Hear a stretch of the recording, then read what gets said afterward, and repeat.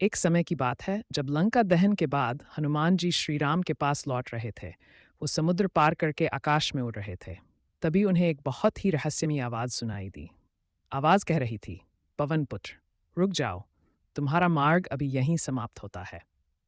हनुमान जी रुके, चारों ओर देखा पर कोई दिखाई नहीं दिया। अचानक आकाश में एक प्रचंड प्रकाश फैला और एक ऋषि प्रकट हुए। उनका तेज इतना प्रचंड था कि हनुमान जी हाथ जोड़कर खड़े हो गए। ऋषि ने हनुमान को समझाते हुए कहा, वत्स हनुमान, तुम्हें शायद पता नहीं, पर तुम्हारे पास जो बल और शक्ति है वो केवल श्री राम के कार्य के लिए है। अगर कभी तुम इसे अहंकार में प्रयोग करोगे तो तुम्हारी सारी शक्तियां क्षीण हो जाएंगी। हनुमान ने विनम्रता से पूछा, गुरुदेव, ये कैसी लीला है?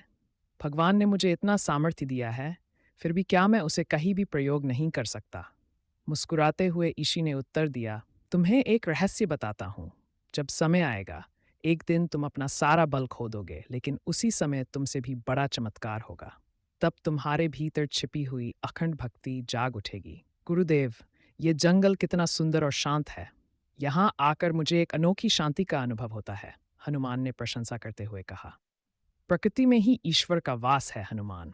जब तुम इसे समझने लगोगे, तब हर स्थान तुम्हारे लिए सुंदर। हनुमान जी समुद्र पार करके लंका पहुंचे। वे अशोक वाटिका में छिपकर बैठे और वहां माता सीता को दुखी अवस्था में देखा। हनुमान जी ने राम जी की अंगूठी दिखाकर माता सीता को आश्वस्त किया कि माता, श्री राम शीघ्र ही आपको मुक्त करेंगे।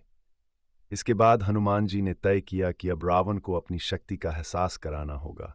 वो वाटिका में पेड़ उखाड़ने लगे, फल तोड़ने लगे और राक्षसों को मारने लगे। ये खबर रावण तक पहुंची। किसने किया यह दुस्साहस? हनुमान हूं मैं, रामदूत हूं मैं।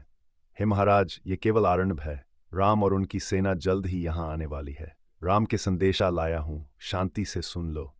शक्ति का प्रदर्शन नहीं, संवाद की आवश्यकता है।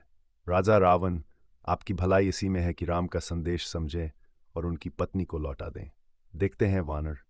हनुमान जी ने फिर से आकाश में छलांग लगाई, रावण के दरबार को चुनौतीपूर्ण संदेश देकर।